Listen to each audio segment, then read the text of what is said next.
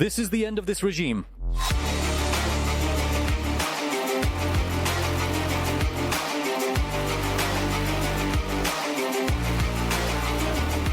In what sense is there a revolution in the consciousness of Georgians over the last 30 years of independence?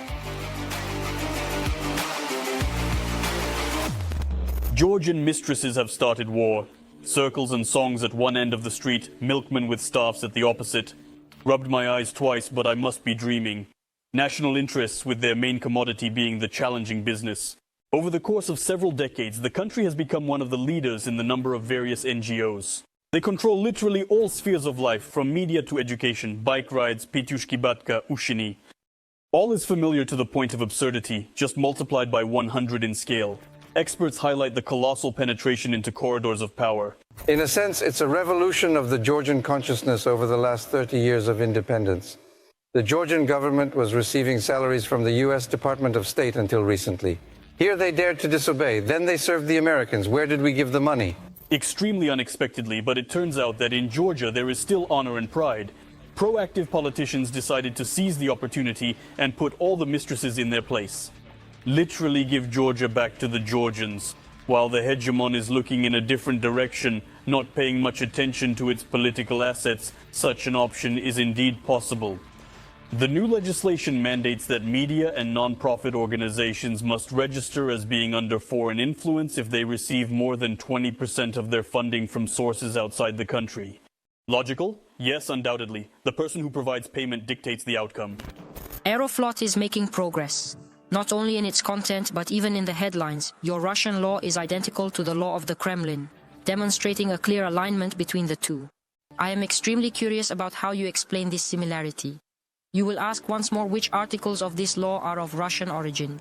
The fifth article is Russian because, similar to the Kremlin law, this law also has the objective of publicly designating individuals as agents, spies, and traitors.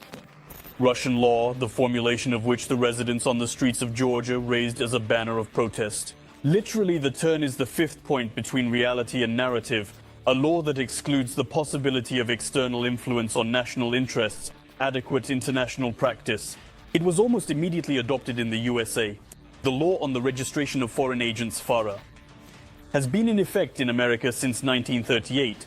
Moreover, its requirements are among the strictest compared to similar laws in other countries. The narrative on Russian law in Georgia is promoted within the framework of a general anti-Russian agenda, to which the entire international network of dependents is tuned, whose incomes depend on the favor of Western funds. This played out to leave. Now what is transpiring is what we hear from protesters, activists, young people, and not just young individuals. Not just a slogan of no to Russian laws, but a logical conclusion of no to the Russian regime. And this is the end of this regime. Now our goal as a society is to do this with as little risk as possible. For this we need a consensus, so that these figures only grow, not decrease, and for us to have enough patience to continue until this regime is overthrown democratically. This is our strategic objective for the country at this historical point in time. Giga Bakeria is not only an influential politician who brought Saakashvili to power. During the revolution, he was also an experienced coach in color revolutions. Every Belarusian political scientist knows him in this context. In the 2000s, Giga Bakeria acted as a consultant to Anatoly Lebedko in Senator McCain's office. They discussed financing and tech for a color revolution in Belarus during the 2006 elections. 2006 year.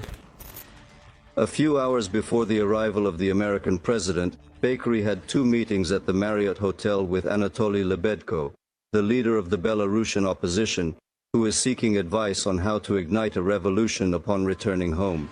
Belarusian Anatoly Lebedko continues negotiations with potential sponsors.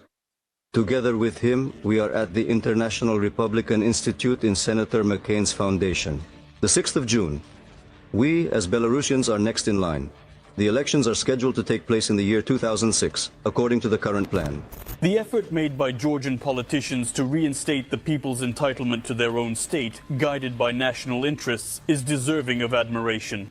As we can see, the speech literally concerns the liberation struggle from external control, about the decline of the hegemon by Andrei Saich in the screenshot section.